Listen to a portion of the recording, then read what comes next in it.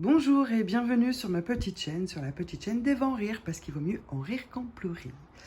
Comment allez-vous aujourd'hui? Dimanche 10 juillet, prêt à partir en congé, j'espère, pour beaucoup d'entre vous. Nous, c'est plutôt pas sur un bon pied qu'on s'est levé, mais par contre, on va aller sur une belle finalité, avec la carte du, là voilà, le bonheur total. C'est-à-dire que j'ai tiré et j'ai dit mince, pourquoi j'ai pas filmé? Donc du coup, je vous le filme comme ça en état, c'est-à-dire toute dénudée déjà. Et on terminera avec, voilà, le chakra cœur qui est ici. Aujourd'hui, on s'est levé avec, pas bien moralement. Voilà, avec le mot peur, le mot angoisse. Donc ça veut dire que c'est à l'intérieur que ça se passe, que ça travaille beaucoup et que ça fait psychoter en fait. Hein, on se pose trop de questions. Ces peurs-là, ces angoisses-là, tout ce que ça remue en vous annonce une fin de cycle. C'est-à-dire que vous voulez mettre un terme à tout ça. C'est trop lourd, vous êtes fatigué de tout ça et vous voulez mettre un terme. La troisième carte, c'est la carte chakra cœur. C'est la carte de guérison, c'est-à-dire qu'on parle de communication. Là, en l'occurrence, on va débloquer la parole et on va dire les choses. On va poser tout ce qui réunit dans cette carte-là, la carte de l'angoisse, dans tout ce qui fait brouger, dans tout ce qui fait réfléchir. Bon, là, ce qui va en suivre, forcément, c'est quitte ou double. Et là, en l'occurrence, ça sera juste quitte. C'est-à-dire que vous allez poser des choses, vraiment, ça va générer des disputes, des colères. Il y a des émotions qui vont fuser dans tous les sens. Et ça va générer en vous, hop, on termine avec la rancune et la dispute. La rupture. Ce qui veut dire que toutes les paroles qui auront été fusées, qui seront dites lors de cet échange-là, lors de la dispute, vont blesser vraiment en vous. Ça va vous blesser votre âme, votre cœur, et vous allez décider d'une rupture, une réelle rupture. Je dis réelle, pourquoi? Parce que j'ai tiré des cartes complémentaires et que nous tombons sur la première de celles-ci, c'est la libération d'un blocage. C'est-à-dire que là, le fin de cycle, avec la libération d'un blocage et le chakra cœur, induit vraiment que là, nous sommes sur une libération, où vous êtes en train de vous transformer, à l'instar de ce petit papillon qui s'envole. C'est-à-dire que vraiment, vous voulez être en phase avec vous-même et être ce que vous voulez, vous, vraiment. Quitte à passer par ce trajet-là, un trajet un peu piquant, ouais, on peut dire ça comme ça, mais néanmoins libérateur, et surtout, le bonheur total. Le bonheur total, c'est la couleur jaune, c'est-à-dire qu'on atteint le soleil, on atteint toute la luminosité, on s'allume de l'intérieur et on est heureux, on retombe sur ses quatre pattes et on construit, voilà. En complément aussi, j'ai eu cette carte-là, donc un message qui va venir et qui va certainement vous faire plaisir, puisque elle est sur le bonheur total.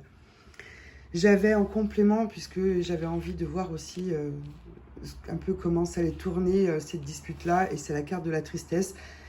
Donc on est bien sur... vous voyez, c'est la carte de la tristesse, c'est pas de la colère, hein, d'accord? Donc ça veut dire qu'on a fait le travail ici, et on est libéré. La colère, c'est une menotte, c'est une paire de menottes, et il faut surtout pas la garder. Donc elle a été libérée, malheureusement, sous forme de dispute, et il en est resté de la tristesse, mais c'est un passage obligatoire pour se reconstruire. Ok? Maintenant, l'idée, ça serait de poursuivre ce tirage avec le chakra cœur. Alors, on poursuit donc le tirage. Qu'est-ce que les cartes vont nous dire sur cette suite? Ok, bah qu'il ne faut pas regretter. Ne regrettez pas. Oui, c'est bien une rupture. Visiblement, vous étiez ancré dans cette relation, c'est-à-dire un peu plus forte que juste on flirtait et on se voyait quand même quelques fois. Enfin, voilà. Non, là, visiblement, on a quand même la notion de vie en commun, donc il y avait quand même une vraie relation. Hein. Soit déjà, il y avait quelques journées qui étaient passées ensemble, soit vraiment vous habitiez ensemble et qu'il y a un vrai déménagement. Mais on vous demande de ne pas regretter parce que cette personne-là, ce n'était pas votre âme sœur.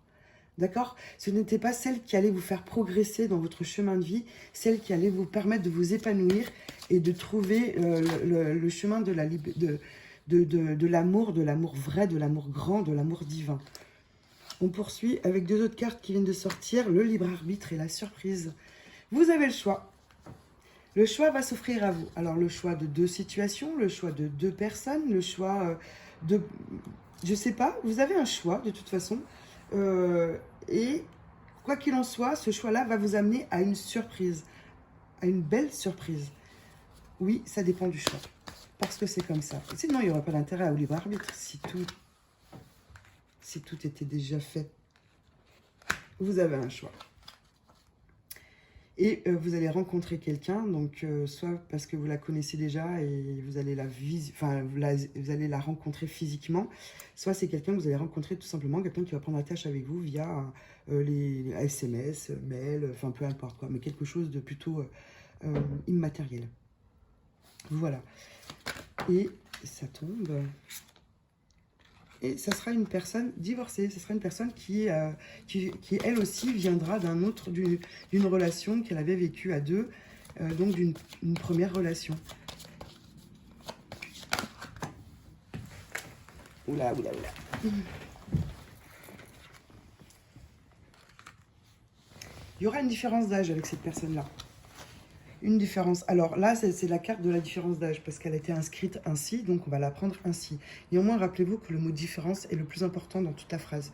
Donc il y aura une différence entre vous. Peu importe laquelle, il y aura quelque chose qui fera alors, de tout, culturel, étatique, géographique, une différence d'âge pour le coup, une différence, je sais pas, religieuse, enfin voilà. Il y aura quelque chose de différent.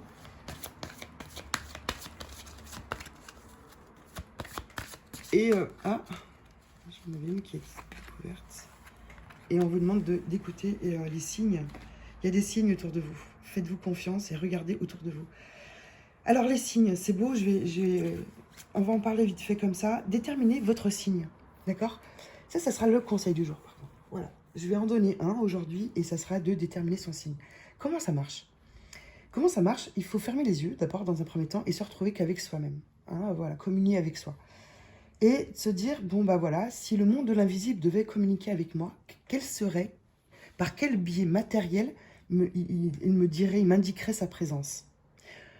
Donc déjà, vous allez définir en vous ce qui définirait ce qui ferait que quand vous voyez une chaise, ben, que ce soit la chaise ou une plume, ce sera la plume, enfin voilà.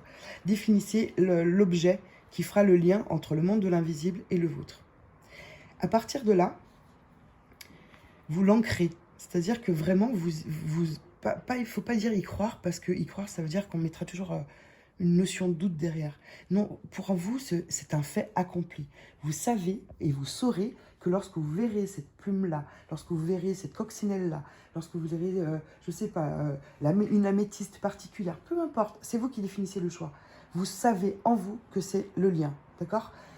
Une fois que ça s'est ancré en vous, eh bien après, écoutez-les. Tout simplement. C'est-à-dire que dès que vous êtes en moment de doute, vous vous questionnez, et bien regardez autour de vous si vous avez une réponse. Voilà. Il y a plusieurs types de signes, oui, c'est vrai aussi, il y en a plusieurs. Il y a le matériel, il y a aussi les signes horaires, la numérologie, lorsqu'on voit souvent les mêmes chiffres arriver. Les mots, il y a souvent un même mot qui revient tout le temps, ou un même prénom, enfin quelque chose qui est redondant.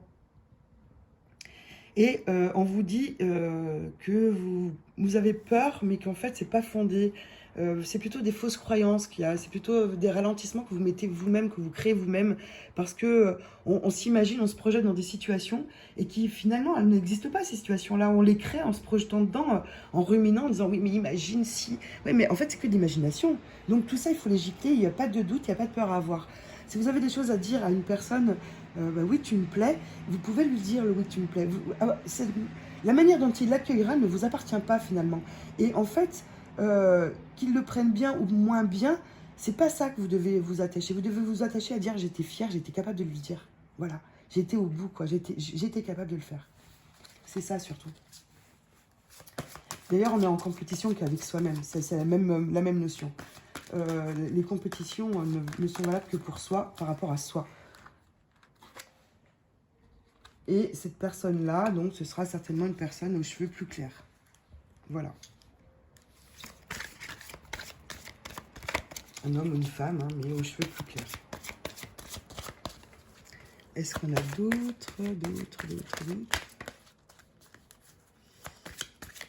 Bon, ça vient plus tout seul. Ça y est, je pense qu'on a épuisé les premiers instants. Hop, parce que moi, j'aime bien tirer aussi. Donc, du coup, on va en prendre 3. Allez, je le mets là, sur le côté.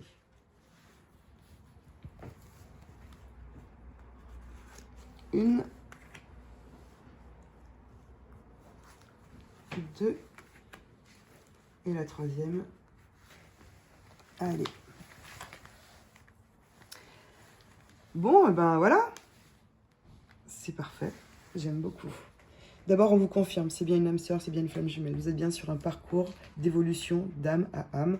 Donc, c'est bien un contrat que vous avez signé avant votre vie sur Terre et que vous allez réaliser avec cette personne-là. Vous vous connaissiez déjà et vous êtes découvert lorsque vous vous êtes rencontrés.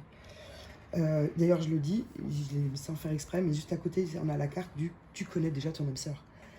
Outre le fait de ce que je viens d'expliquer, c'est-à-dire que vous l'avez déjà rencontré avant d'arriver sur cette vie-là, vous le savez en vous.